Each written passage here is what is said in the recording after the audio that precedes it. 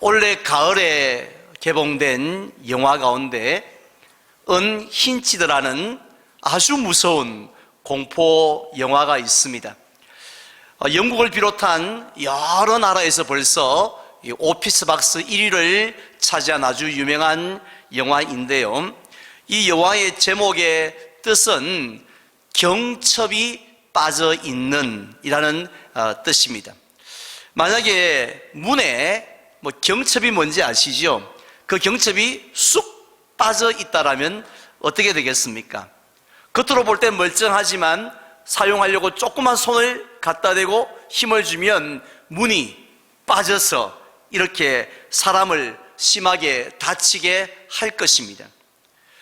만약에 우리 교회 문에 지금 경첩이 빠져 있다라면 그 근처만 가도 이게 언제 떨어질까, 내게 덮칠까 이렇게 불안하고 초조하고 조마조마할 것입니다. 그래서 영어 사전에 보면 이 언힌치드라는 단어는 경첩이 빠진이라는 뜻도 있지만은 또 불완전한, 초조한 그런 뜻도 함께 가지고 있습니다. 실제로 그 영화를 보면 왜 그런 제목을 붙였는지 쉽게 알 수가 있는데요. 한 여성이 월요일 아침에 차를 몰고 출근을 합니다. 비가 막 내려요. 차가 얼마나 많이 막히는지. 그래서 신호를 대기하고 있는데 갑자기 이 여인이 이 앞차 앞에 서 있는 트럭을 향하여서 신경질적으로 막 빵빵 빵빵 하면서 이제 경적을 울리는 모습이 나옵니다. 왜냐하면 이 그녀의 차에는 지금 지각을 하게 되어진 아들이 타고 있는 거예요. 엄마, 또 지각이야. 엄마가 지금 늦게 나와서 또 지각이잖아. 나 선생님한테 혼났어. 그래서 완전 막 짜증이 잔뜩 찬 애가 뒤에 타고 있는 거예요. 빨리 얘를 학교에 태워다 주고 자기도 빨리 또 직장을 또 가야 되는데 차는 꼼짝도 하지 않는데 그나마 파란불이 싹 바뀌었음에도 불구하고 바로 앞에 있는 이 픽업 트럭이 꼼짝을 하지 않는 거예요. 그래서 자는지 카톡을 하는지 알 수가 없습니다. 자, 그래서 신경질적으로 경적 소리를 눌렀는데 사실 흔히 들을 수 있는 소리 아닙니까? 우리가 운전을 하든지 자주 듣는 소리이지 않습니까? 그런데 그 경적 소리 한 번이 잠자는 사자를 깨운 거예요. 그 소리 하나에 앞에 타고 있던 트럭 기사의 분노가 폭발해 버립니다. 그래서 그냥 그 여자를 따라가서 위협하거나 급증가는 그 정도가 아니었어요.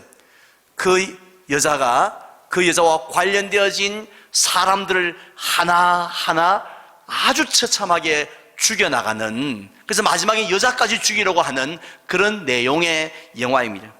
결국 이 영화는 보복 운전이 이렇게 무서운 거다 하는 것을 보여주는 정도가 아니라 우리가 살고 있는 이 사회가 어떠한지를 우리에게 축소판으로 보여주는 그런 고발 영화라 할 수가 있습니다. 지금 저와 여러분들이 살고 있는 사회를 어떤 사회라고 생각하십니까? 우리들 중에 우리가 살고 있는 세상은요, 특히 우리나라는 무기를 소지할 수 없기 때문에 너무 평화로운 세상이고 너무 안전하고 너무 이렇게 쾌적한 그런 사회라고 생각하시는 분은 아마 한 분도 계시지 아니할 것입니다. 마치 경첩이 빠진 문처럼 언제 무너질지 모르는, 언제 내가 피해를 입을지 모르는 그런 불안전한 사회라는 것을 다 동의를 하실 것입니다. 왜냐하면 우리 모두가 다 폭탄을 안고 살고 있기 때문입니다. 물론 눈에는 보이지 않는데 그 폭탄은 어떤 폭탄인가요? 분노의 폭탄입니다. 짜증의 폭탄입니다. 사실 우리가 하루를 살아가면서 우리 주변 사람들이, 내 가족을 포함한 주변 사람들에게 얼마나 많은 분노와 짜증의 폭탄을 던지고 터뜨리면서 살아가는지 모릅니다. 물론 나도 그 폭탄에 맞아서 만신창이가 되어서 집으로 돌아온다는 것입니다. 왜냐하면요, 사람들이 내 마음에 들지 않기 때문입니다. 내가 원하는 방식이 있어요. 내가 생각할 때에 이렇게 행동해야 돼 라는 나름대로의 방식이 다 있지 않습니까? 애는 애대로, 어른은 어른대로 다 그런 생각을, 방식이 있습니다. 그런데 사람들이 내가 원하는 방식대로 살아가 주질 않는 거예요. 내가 원하는 방식대로 말하고 내가 원하는 방식대로 행동해주면 내가 화날 일이 뭐가 있습니까? 늘 이렇게 웃으면서 여유있게 살 수 있을 텐데, 그게 아니라 사람들이 내가 제일 싫어하는 방식으로 생각하는 거예요. 사람들의 생각이 어떻게 저런 식으로 생각을 할까? 또 내가 제일 혐오스럽게 생각하는 방식대로 말을 하는 겁니다. 어떻게 저렇게 말을 할 수 있을까? 내가 제일 꼴보기 싫은 행동을 사람들이 한다는 것이에요. 그러니까 나도 내 마음속에 그런 분노와 폭탄들을 가지고 터뜨리며 삽니다. 우리 가정에서는 여러분들 어떻습니까? 사실 우리 가정이니까 우리가 남이가 하고 우리 식구는 무조건 감쌉니까? 우리 집에 가서 무조건 다 천사처럼 그렇게 행동을 하시나요? 대답 안 하셔도 됩니다. 제가 다 압니다. 정말 가정에서는요, 한번 나중에 들어보세요. 생각해 보세요. 정말 사소한 거 있죠. 아무것도 아니에요. 그냥 사회에 나가서는 아예 아무것도 아닌데 그 자그마한 일들로 인해서 남편은 아내에게 짜증의 폭탄을 일어나자마자 터뜨립니다. 또 아내는 남편에게 또 분노의 폭탄을 또 일어나자마자 출근하는 사람 뒤통수에 대놓고 터뜨리기도 합니다. 아이들에게는 어떻습니까? 아이들은 더 심하죠. 부모라는 이름으로 소리 지르고 짜증내고 때론 저주까지, 손까지 대면서 또 그렇게 분노를 집안에서 폭발시키는데요. 그럼 다들 밖에 나오면 다 젠틀하게 행동을 하십니까? 사회적 포지션이 있기 때문에 그렇게 하십니까? 그렇게 운전하십니까? 아니지 않습니까? 우리가 운전할 때에 정말 뭘 저렇게 운전하는 사람이 있냐 싶을 정도로 속 터지는 그런 얌체 운전자들이 있습니다. 그것을 우리가 그냥 바라만 보고 있습니까? 초보 운전이니까 아이고 운전을 잘못 배웠겠지 이러고 넘어가십니까? 우리는 짜증을 냅니다. 표현하죠. 그리고 또 조용한 카페 같은 데서나 아니면 기차 안에서 보면 유난하게 목소리 큰 여자들이 있습니다. 죄송합니다. 여자분들이 계세요.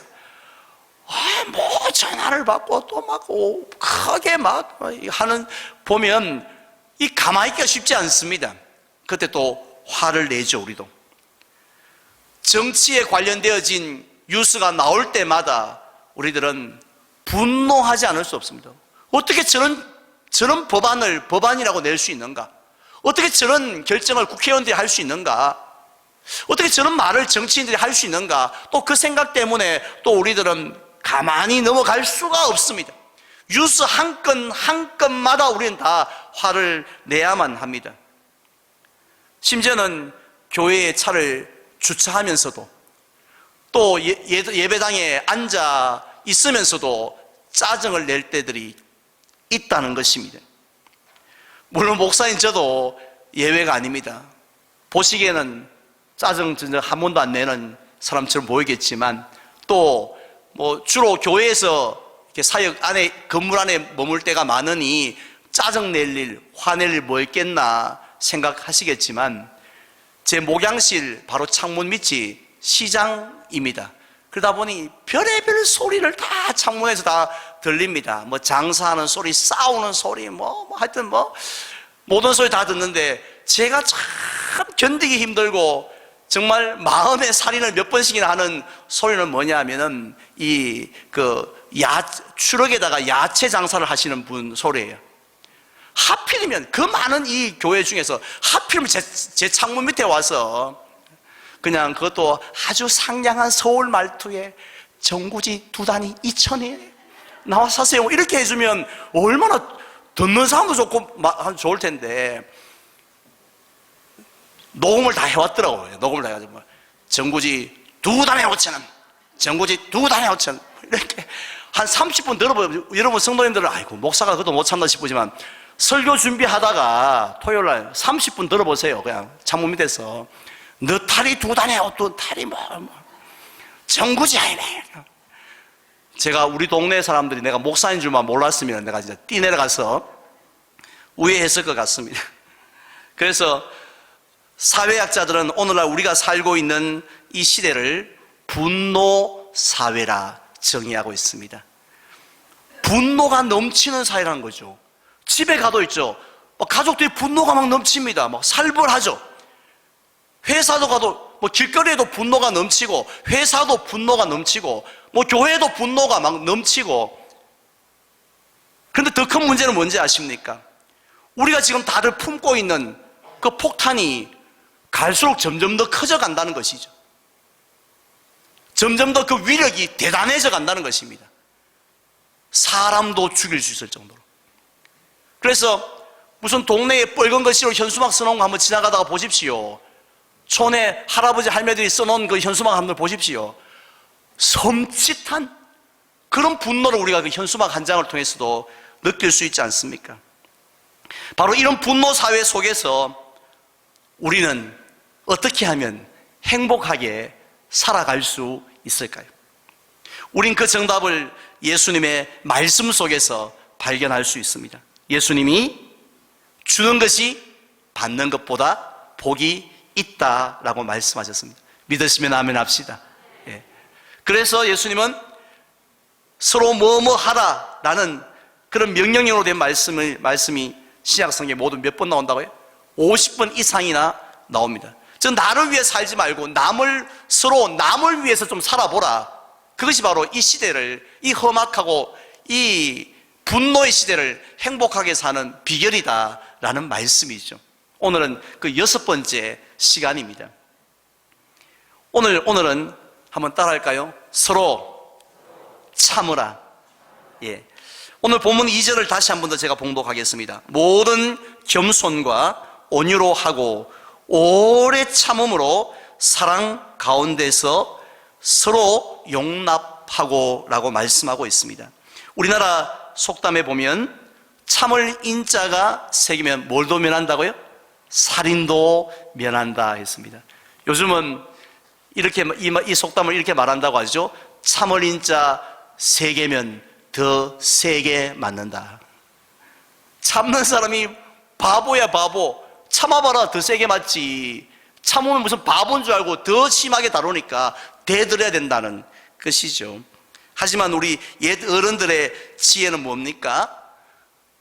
사람마다 다 혈기가 있는데, 아무리 온순해 보여도 A형이라 할지라도 혈기가 있는데, 그 혈기를 잘 다스리고 누르고 폭발시키지 않는 것이 너무 중요한 그 군자의 덕목으로 생각을 한 것입니다. 그런데요, 이 성경 말씀에도 보면 그 오래 참음에 대해서 많이 강조했습니다. 특별히 성령의 9가지 열매 가운데 보면 사랑과 희락과 화평과 그리고 뭐죠? 오래 참음이 나옵니다. 즉 성령으로 충만하고 주님의 늘 다스림 속에 있는 사람에게 맺게 되어지는, 저절로 나타나는 성품 중에 하나가 바로 오래 참음이라는 것입니다.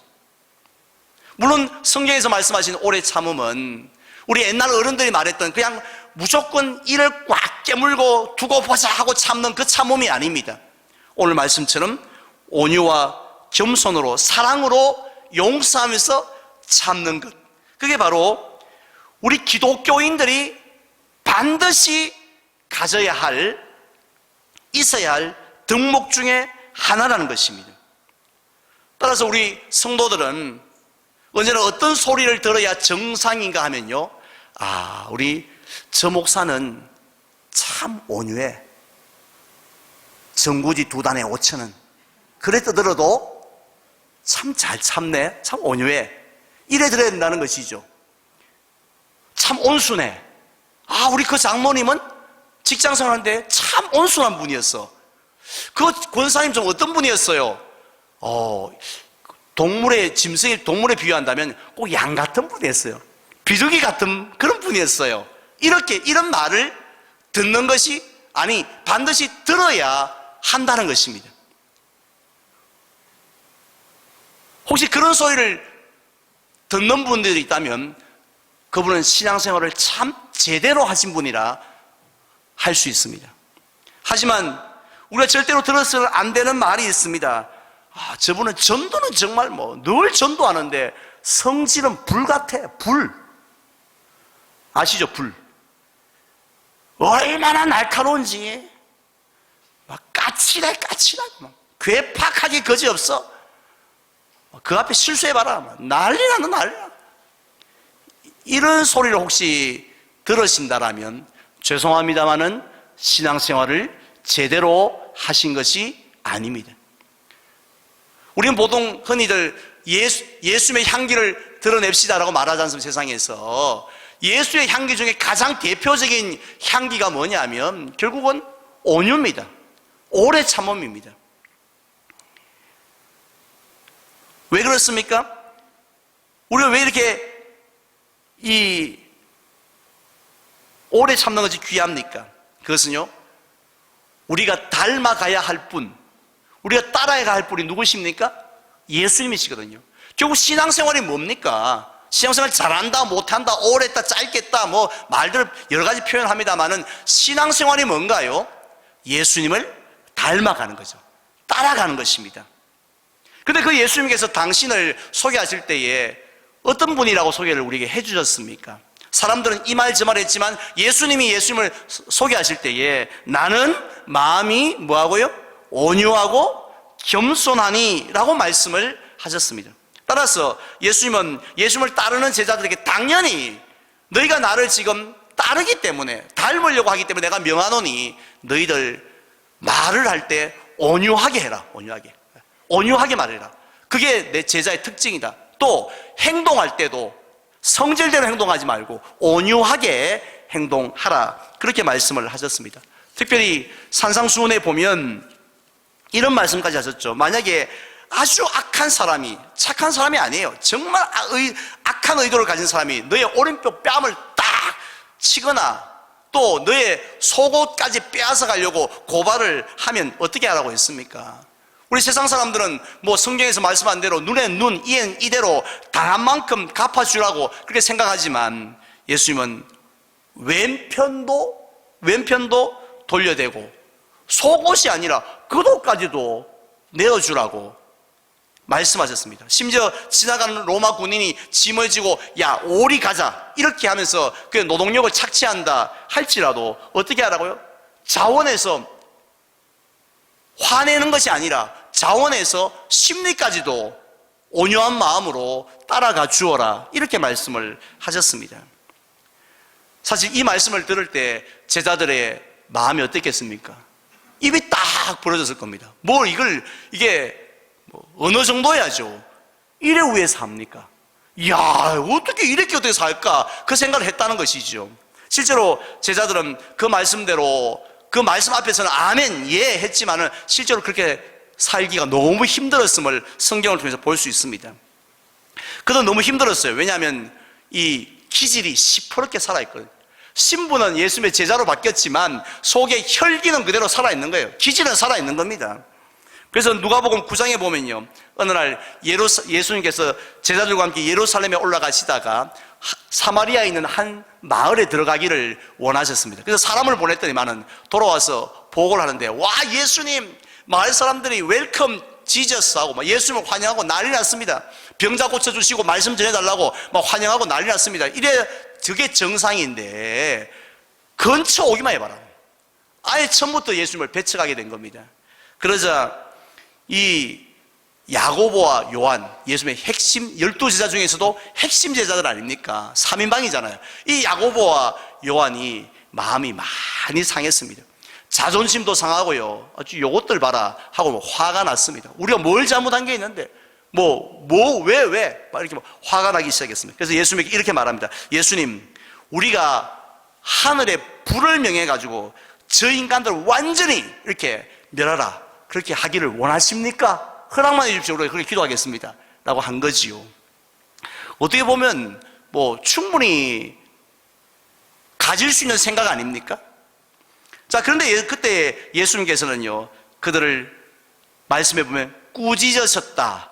그들께 말하는 그들을 적석에서 꾸짖으셨다라고 그렇게 말씀을 하셨습니다. 그런데 다른 성경 사본에 보면요, 뭐라고 되어 있냐면, 너희가 무슨 정신으로 그런 말을 하는지 모르겠다. 다시요. 너희가 지금 예수님 내 제자인데 지금 뭔 소리 했냐? 지금 무슨 정신으로 그런 말을 하고 있는지 모르겠다라고 했습니다. 다른 말로 제정신이냐? 야고보야, 네가 지금 제정신이냐? 요한아, 네가 지금 제정신이냐? 너희가 지금 나의 제자가 아니니 온유하고 겸손한 예수님의 제자고 내가 그렇게 온유하게 행동하라 했거늘 지금 무슨 말이냐고 이렇게 책망을 하십니다. 그래서 야고보와 요한은 이 일로 인해서 우레의 아들이라는 별명도 얻게 된 것 같습니다. 그렇다면 베드로는 어땠을까요? 베드로는 그래도 수제자 아닙니까? 베드로는 훨씬 더 좀 이들보다 나을 것 같지 않습니까? 그런데 누가복음 22장을 보십시오. 예수님께서 겟세마네 동산에서 기도를 마쳤을 때에 가룟 유다와 함께 큰 무리들이 횃불을 켜고 다가오는 모습을 보았습니다. 그들의 손에 칼이 들려있고 몽치가 들려있는 것을 볼 때 베드로는 직감했죠. 저것들이 오는 목적이 뭔가를 알았습니다. 예수님을 잡아가기 위함입니다. 예수님을 지지하는 사람들이 아무도 없을 때, 그때 그 가장 좋은 타이밍 때 예수님을 잡아서 재판에서 심지어 죽이려고 하는 그 의도를 베드로는 눈치챌 수 있었습니다. 그 순간 얼마나 화가 났는지, 하나님의 아들을, 살아계신 하나님을 경배하는 것이 아니라 죽이러 가는, 그것도 시기와 질투 때문에 죽이러 가는 그 대제사장들의, 종교 지도자들의 그 마음이 너무 화가 난 거예요. 그래서 베드로는 자신이 갖고 있는 칼을 뽑습니다.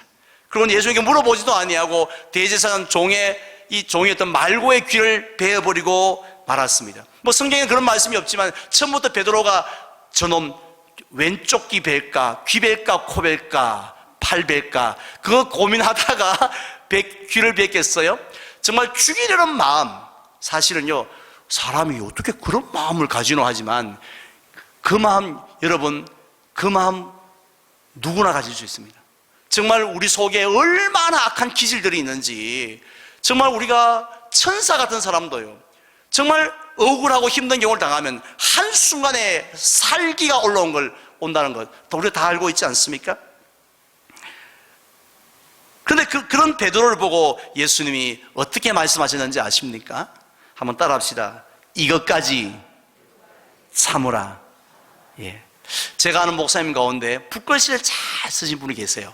그 특별히 한글을, 그게 무슨 책인지 모르겠지만 한글을 왜 두껍게 이렇게 쓰시는 그런 채로 이렇게 붓글씨를 써서 이렇게 주변 분들에게 선물을 하시는 분인데, 이분이 쓴 작품은 딱 하나밖에 없습니다. 내용은 딱 한 가지. 성경 말씀의 가운데서 이것까지 참으라 라는 성경을 애한테도 주고 어른한테도 주고 그 선물을 다 주는 거예요.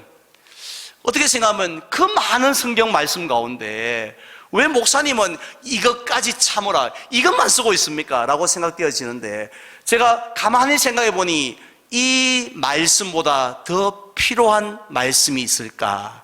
우리에게 말입니다. 이 분노의 시대를 살아가는 사람이 목사에게 있어서 이것까지 참으라는 말씀보다 더 필요한 말씀이 있을까? 목회에 정말로 열매를 맺기 위해서, 우리가 신앙생활하고 가정생활하고 직장생활을 할 때에 있어서 이것까지 참으라는 그 예수님 말씀보다도 더 필요한 말씀이 또 무엇이 있겠습니까? 예수님은 제자들에게만 무조건 참으라고 하셨던 것이 아니었습니다. 예수님도 참음의 본을 보여주셨죠. 예수님이 공생애를 사시면서 유대인들을 바라볼 때, 예수님을 주변에 있는 그 많은 유대인들을 바라볼 때에 얼마나 마음에 들지 않는 게 많았겠어요. 얼마나. 또 뭐 유대인들은 그다 손 칩시다. 13년 동안 훈련시켰던 제자들, 그 베드로가 말하는 것, 또 야고보가 행동하는 것을 볼 때에 정말 마음에 안 드는 것들이 얼마나 많았겠습니까? 아니, 마음에 드는 건 한 가지도 없었을 것 같습니다. 자, 그런데 예수님은 어떻게 하십니까? 그 많은 유대인들을 참으십니다. 사랑으로. 또 그 많은 제자들의 실수를 역시 사랑과 온유로 참으시고 또 참으십니다. 심지어 십자가에 달려 죽으실 때는 얼마나 많은 육체적인 고통을 죄도 없이 당하셨습니까? 얼마나 많은 수치와 모욕을 당하셨습니까? 자, 그렇지만 이사야 선지자 예언처럼 도살장으로 끌려가는 어린 양처럼 아무런 말씀도 못하셨어요. 힘이 없어서 말씀 못하셨나요? 그들을 사랑하니 말씀하지 않으셨습니다. 가상칠에도 보면 아버지 저들을 사하여 주옵소서, 용서까지 하시면서 참아 주셨습니다. 그렇다면 예수님은 왜 우리가 예수님처럼 살기를 원하실까요? 왜 이 분노의 시대에 오래 참으면서 바보처럼 그렇게 살기를 원하실까요? 저는 간단하게 세 가지 이유 때문이라고 생각합니다. 먼저 첫 번째는 모든 사람이 하나님의 피조물이기 때문에 오래 참으라 라고 말씀하신 것입니다. 이 세상에 아무리 약한 사람이라 할지라도 그 사람 역시 하나님이 지으신 하나님의 피조물이신 줄로 믿습니다. 하나님의 작품이라는 것이죠. 아무리 못된 사람이라도, 아무리 내 마음을 나를 힘들게 했던 그런 사람이라 할지라도, 내 눈에 피눈물이 나게 했던 사람이라 할지라도 죄송합니다만 역시 그 사람도 마귀가 지은 사람이 아니라 하나님이 지으셨습니다. 하나님의 작품이고 하나님의 소유물이라는 것입니다. 따라서 우리가 그에게 마음에 들지 않는 사람에게 분노하는 것은 결국은 하나님의 피조물을 향하여 분노하는 것입니다. 우리 주변에 있는 사람이 우리 주변에서 우리에게 짜증내게 하는 사람들이 다 누군가의 아버지 아닙니까? 누군가의 아내 아니겠습니까? 누군가의 아들, 딸들이 아니겠습니까? 그런데 더 크게 본다면 그들은 바로 하나님의 피조물이라는 것이죠. 따라서 구약 성경에 보면 하나님께서는 하나님만 사랑하라고 하신 것이 아니라 누구를요? 객과 고아와 과부를 또 나그네를 사랑하되 네 몸과 같이 사랑하라고 하신 이유가 뭡니까? 그냥 그들이 무슨 공로가 있기 때문입니까? 왜 무조건 사랑하라고 했습니까? 하나님의 피조물이기 때문에 그렇습니다. 심지어 우리 예수님께서는 가장 작은 자에게, 소자에게 사랑을 베푼 것이 예수님에게 사랑을 베푼 것이라고 하셨고, 가장 작은 자에게 사랑을 안 베푼 것은 예수님에게 사랑을 안 베푼 것과 같다라고 하셨습니다. 그래서 우리를 향하여서 어떤 사람 앞에서든지 분노의 폭탄을 던지지 말고, 아이고 저 사람도 하나님이 지으셨어, 하나님이 지으셨어, 하나님의 작품이야, 하나님의 작품에 내가 돌 던져서 안 되지, 하나님의 작품에 내가 폭탄 던져서 안 되지 하면서 이렇게 오래 참으라고 했습니다. 두 번째로, 분노는요 독이 든 사과와 같기 때문입니다. 백설공주가 독이 든 사과를 먹지 않습니까? 그때에 그 독이 든 사과는요 다른 사과에 비해서 훨씬 더 보기가 좋았을 것 같지 않습니까? 훨씬 더 향기도 막 났을 것 같습니다. 그래서 다른 건 쳐다보지 않고 그것만 집어서 먹고 싶은 마음이 들게 했지 않겠습니까? 하지만 만약에 그 독이 든 사과를 먹으면 아무리 모양도 좋고 향기도 좋지만 치명적인 그런 피해를 입지 않습니까? 분노가 그렇다는 거죠. 내가 원하는 방식과 다르게 말하고 행동하는 그 사람들 볼 때마다 우리는 제일 먼저 어떤 유혹이 일어나냐면 폭탄 터뜨려버릴까? 짜증의 폭탄, 또 분노의 폭탄 터뜨려봐 하는 마음이 제일 먼저 일어납니다. 하지만 만약에 그 폭탄을 던지면요 다른 폭탄은 그 상대방만 다치지 않습니까? 하지만 분노의 폭탄, 짜증의 폭탄은 아무리 멀리 던진다 할지라도 그 사람도 다치지만 더 중요한 것은 내가 더 심하게 다치는 구조로 되어져 있다는 것입니다. 실제로 분노하고 짜증 많이 내어 보셨지 않습니까? 그 뒤 기분이 어떠셨어요? 짜릿하셨습니까? 시원하셨습니까? 화나셨습니까? 분노와 짜증의 폭탄을 터뜨리면요, 첫 번째 나타나는 현상은 내 마음에 있는 기쁨이 한 칸씩 줄어듭니다. 하나님이 주신 내 마음에 기쁨이 있거든요. 그런데 내가 분노하는 순간에 이것이 나의 기쁨이 줄어드는데 조금씩 줄어드는 게 아니라 퍽퍽퍽 줄어서 금방 바닥이 나버린다는 거죠. 분노하면 내게 있던 기쁨과 평안이 사라지고 잠을 못 잡니다. 화내고 집에 가보세요. 부부끼리 화내고 잠 자보십시오. 잠이 오는가? 이게 마음에 지금 마음 기쁨이 사라졌으니 잠이 오지 않습니다. 그리고 또 한 가지는 우리의 마음이 병들게 되어집니다. 제가 최근에 읽고 있는 책이 온유가 답이다라는 책입니다. 이런 말이 있어서 좀 인용을 해보려고, 소개를 하려고 합니다. 타인에 대한 경멸적인 행동과 태도는 자신의 영혼을 영원히 손상시키고 절단하는 마음속의 칼이다. 죄송합니다. 다시 한번 읽어드리겠습니다. 타인에 대한 경멸적인 행동과 태도는 자신의 영혼을 영원히 손상시키고 절단시하는 마음속의 칼이다. 내가 분노하면 상대방이 죽는 게 아니라 결국은 내가 내 손으로 내 마음을 칼로 찌르는 것이 바로 분노의 그 어리석음이라는 것입니다. 그래서 우리에게 오래 참으라고 말씀하십니다. 마지막 세 번째입니다. 내 눈에는 뭐가 있다고요? 들보가 있기 때문입니다. 아마 저도 그렇고요, 대부분의 사람들은 착각 속에 살아갑니다. 어떤 착각이냐면, 다른 사람, 내 주변에 나를 열받게 하는 사람은 너무 많지만 나는 딴 사람들을 열받게 하는 그런 허물이 별로 없다라고 생각하는 거예요. 나처럼만 운전해봐라, 나처럼 말해봐라, 나는 뭐 꽤 괜찮게 말도 하고 밥도 먹고 뭐 그렇게 한다라고, 운전도 하고 한다고 생각을 합니다. 그런 착각 속에 있기 때문에 뭘 못 견디냐면, 다른 사람의 눈에 있는 티는 견딜 수가 없는 거죠. 그래서 어떻게 저런 걸로 가지고 남을 힘들게 하냐는 거죠. 그래서 그래서 이런 말들을 자주 합니다. 이때 자주 쓰는 단어가 저 모양으로, 뭐 강단에서 좀 어울리지 않는 좀 더 심하게 표현한다면 저 따위로. 아니, 어떻게 운전을 저 따위로 하냐고. 누구한테 배웠냐고. 왜 말을 저 모양으로 하느냐고. 아니, 밥 먹을 때 왜 쩝쩝 소리를 내면서 왜 저렇게 밥을 먹는지 모르겠다고. 뭐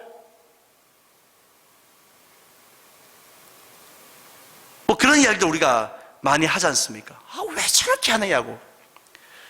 그러면서 화를 냅니다. 그런데요, 마태복음 7장에서 뭐라고 예수님이 말씀하셨습니까? 너희 눈에 들어있는 들보는 깨닫지 못하느냐 했습니다. 이 말씀은 사람들이 잘 못 깨닫는다는 것이에요. 다른 사람들이 나를 열받게 하는 것은 정말 예민합니다. 왜 열받았어요? 그 사람이 말 끝에 뭐라고 했기 때문에 열받았어요. 예배 시간에 뭐 했기 때문에 열받았어요. 정말 예민하게 잘 받는데, 자기가 너무 열받게 하는 것에 대해서 얼마나 관대하고 무딘지 잘 모른다는 것이죠. 자, 그러면 좀 가만히 있어야 되잖아. 가만히 있지도 않고 자꾸 짜증내고 화를 낸다는 것입니다. 그럼 주변 사람들이 뭐라고 그럴까요? 다들 비웃겠죠. 당신이나 잘하시오. 얼마나 부끄러운 일입니까? 그렇기 때문에 예수님은 오래 참으라고 말씀합니다. 이제 저는 말씀을 맺고자 합니다. 예수님은 우리가 서로 오래 참는 그것이 바로 행복의 문을 여는 열쇠라고 말씀하고 있습니다. 물론 그냥 오래 참는 것이 아니라 그 예수님의 그 온유한 마음으로, 그 겸손한 마음으로 참고 용서하는 것이 중요하다고 했습니다. 그런데 예수님의 제자였던 베드로가 그랬던 것처럼요, 서로 오래 참는 것 여러분 쉽지 않습니다. 오늘부터 내가 오래 참아야지 한다고 집에 가보세요. 쉽지가 않습니다. 이유가 뭔가요? 오래 참기 위해서는 대가를 치루어야 하기 때문입니다. 대가를 치르기 싫어 다듬어 폭발하지만 오래 참아보려면 대가가 분명히 치러야 됩니다. 하지만요, 기억하십시오.